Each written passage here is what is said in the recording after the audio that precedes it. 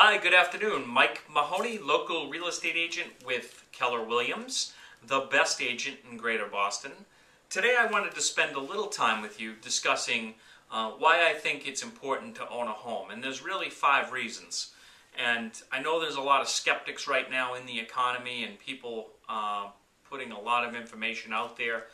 But if you go out and ask your parents what the best thing they ever did when they were in their 20s or 30s was if they own a home, I would imagine that buying their first home was probably one of the best sound decisions they've made in their lifetime. And you can ask them about the reasons why, but I'm going to go over them 1 through 5 today. So the first reason I think that owning a home is actually better than renting, and I'm going to look down at my notes periodically, is because, believe it or not, renting is actually cheaper than owning over the long run. And the reason I bring this up today is because I'm actually at a property in Weymouth doing an open house for a home that's $239,000. And this home, with its taxes, if you paid full price and only put down 3.5%, would only cost you total payment $1,600 a month with a 5% interest rate on a 30-year fixed. And so my example is, I want to be realistic. So what do people pay for rent?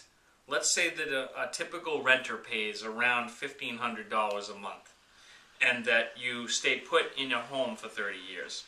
If a landlord were to increase the rent by just 5% and you stayed in that rental for 30 years, you would have paid nearly $1.2 million in rental payments to the landlord.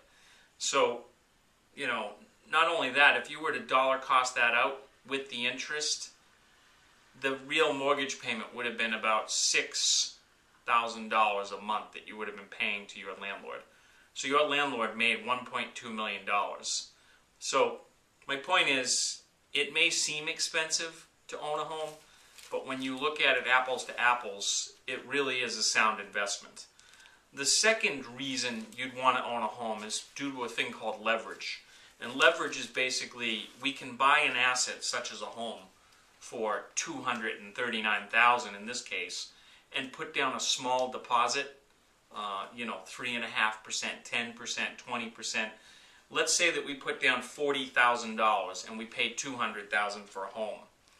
If the home's equity improved by, on average, 6% over the course of a year, in the first year you would have made $12,000 in equity, which is basically the value increase to $212,000. And if you compare that against the $40,000 down payment, you essentially made a 30% return in the first year. If you were to stay on that path with modest appreciation, with a $40,000 down payment, over the course of 10 years, you would have made $158,000 in equity, which returned 395% on the original $40,000, and all you did was pay your mortgage over the course of those 10 years. Okay, third reason I think it's important for homeowners to become a homeowner is because homeowners get tax breaks that renters don't get. Basically, as a homeowner, one of the biggest benefits is that you actually get to take a mortgage interest deduction on the home that you are purchasing. So while you have a mortgage and you pay it every month, you're paying interest.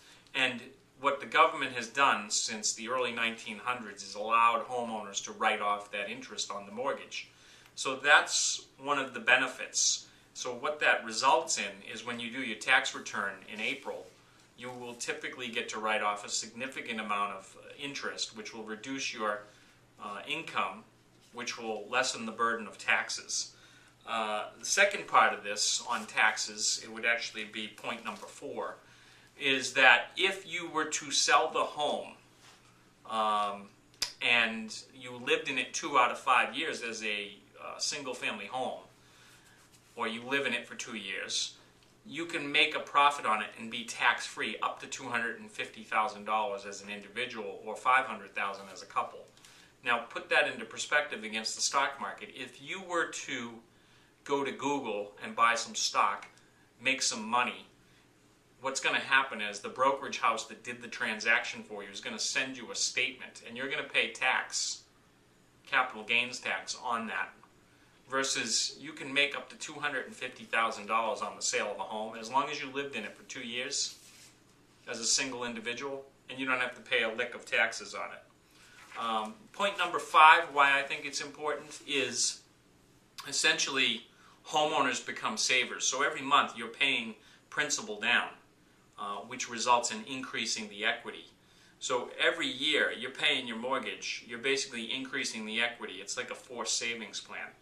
Your mortgage is going down by 2 to 3% in the first few years. But that's money that you wouldn't have had you been paying that landlord. You would have been paying that landlord's rent each month, which in turn they paid their mortgage, and they actually profited from it instead of you.